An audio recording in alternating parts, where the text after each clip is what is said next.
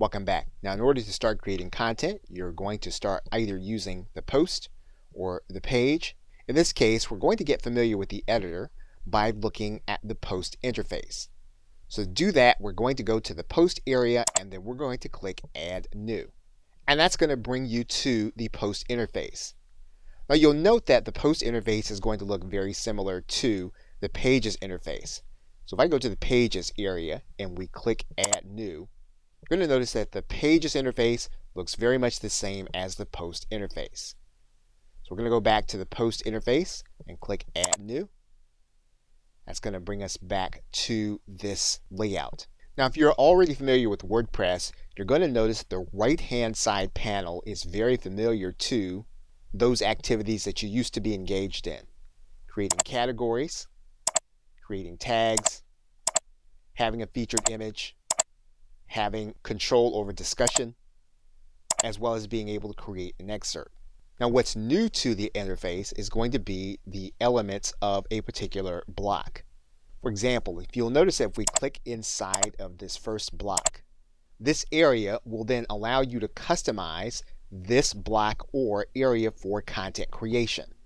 And so every block, as well as every kind of block, is going to have its own set of elements. You'll see that this one we can change the color settings, and we can also add in additional coding. Also in this layout, you're going to notice a gear at the top, and we can click the settings button.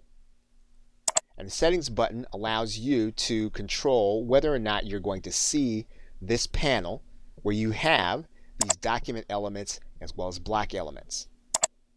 You'll also see on the right side that there are more tools and options, and you'll see that with these three buttons. If you click those three buttons, you're going to have even more control over the view. For example, we can enable the top toolbar. We can also enable what's called spotlight mode, where we only see what we're working on.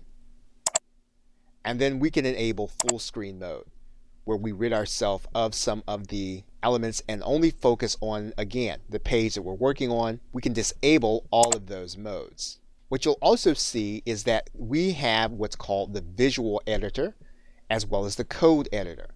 So for example, if we were to write in some text here, you'll notice that we're looking at this text in what's called the visual or WYSIWYG editor, which stands for what you see is what you get. We can also look at this same text as it'll appear on our site with the code editor.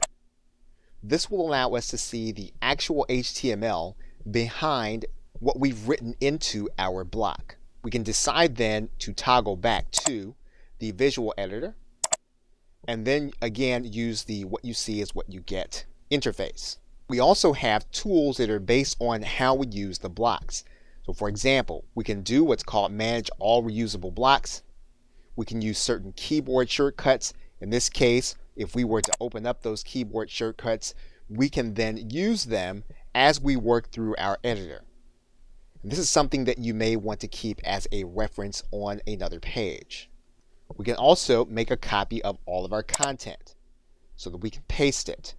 So now that I've clicked the copy button, if I were to go to a notepad file, all I would need to do then is go to that notepad file and then paste the content that I just posted.